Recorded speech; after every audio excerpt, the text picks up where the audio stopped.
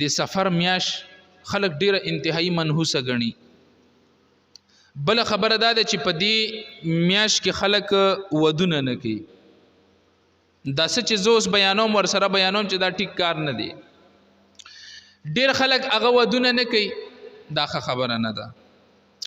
ډیر خلک که اوس دا موضوع مارونی ول چې خلک پکې چوریانې کوي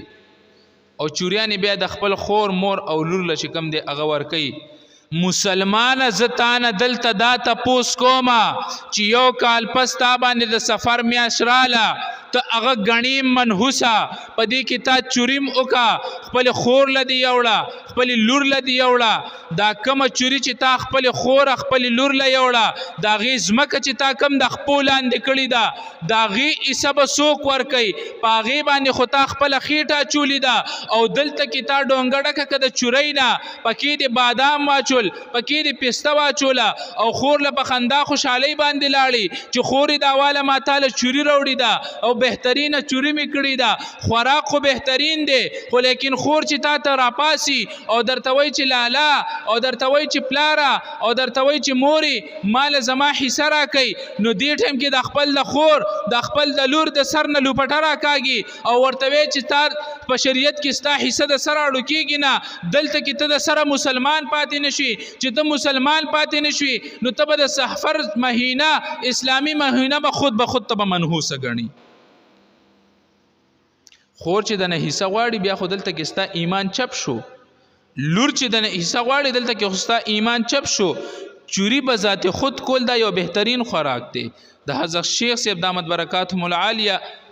زبان مبارک خبره وای چوری کول دا یو بهترین خوراک دی خو لیکن خاص کول د سفر میاش سره دا یو لوی بدعت زموستا په معاشره کې جوړ شوی دی چې د سفر میاش کله راشي چوری د بخلک کارونه اوي دی ټیم کې به زنانه به د ځان نه خبرې کوي چې پیریان را کوزيږي زمکه ترا کوزيږي ماشومان بار مپری دی. الان کې روایتو کې راځي کله چې د ماخام بانګ اویلې شي تاسو ماشومان د چتونو لاندې کوي ځکه چې شیاطین برن لاندې را کوزيږي او دې ماشومانو کې ننوځي او دې کې بیا شیطانیت پیدا کیږي. خو لیکن د سفر میاش مونږه منحوسه ګڼلې ده. الان کې دا اسلامی میاش ده او منحوسه نه ده ګڼل پکار. دا یو برکتی میاش ده په دې کې ودونم کولې شي په دې کې هر قسم کار کولې شي. پیریان دا د الله جل شانه ځان له مخلوق ته دوی سره به حساب کتاب کیږي. دوی هر ټیم هر ځای کې موجود دي. دوی بزمکم وي دوی برم وي دوی تم الله جل شانه قوت او طاقت ور کړی دی خو لیکن ستاد دی کمزوري ایمان د وجه تا د سفر میاش منحوسه ګڼلې ده.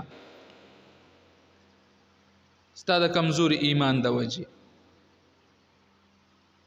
را پاس خپل خور مور له حصہ ورکا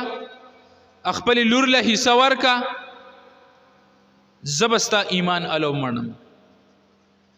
زبستا ایمان الو منم چې ته د خپل لور له حصہ ورکی زبستا ایمان الو منم چې ته خپل خور له حصہ ورکی زبستا ایمان الو منم پلارو مور چې تخپل اولاد له حصہ ورکی او زبستا ایمان الو منم چې تاسو خپل اولاد له حقوق ورکی. دا ستاسو په خبرو باندې توهم پرستی باندې دا د سفر میاش منحوسه کیږي نه د سفر میاش منحوسه کیږي نه. نو عزیزانو د دې د فضل خبرونه د فضل کارونو نه ځانونه وساتئ. لږ د علماو سره کینئ لږ د علماو نه ځان خبروي خو که بیا دلته کې عالم را پاسي هغه خبره کوي یره جی دا سخته خبره کوي سخته خبره پتا باندې ځکه لګي چې ته د خپل د دین نه خبره سخته پتا باندې ځکه لګي چې ته د خپل خور حصہ په شریعت کې حصہ نه غني پتا باندې سخته لګي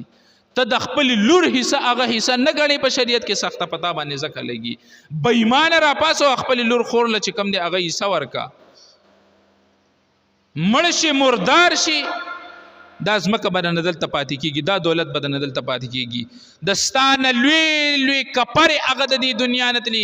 قارون او حامان او فرعون چې دومره مال ول الله ورکړي دي چې ورکړو چې پسل خزانو پسلو خانو باندې بداغه د خزانو چابياني هغه ګرځي دي. تا سره بس ایمان تا سره بس مالی مړه په بانک کې به تا سره زیات نه 1 کروڑ روپۍ پرتی وي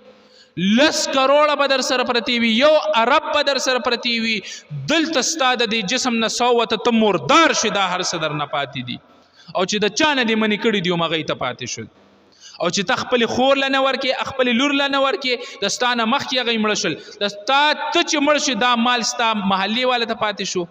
ستا نور رشتہ دارانو ته پاتې خالی لاسونه دا لاسونه وګورئ داسې خالی لاسونه به روان دي داسې خالی لاسونه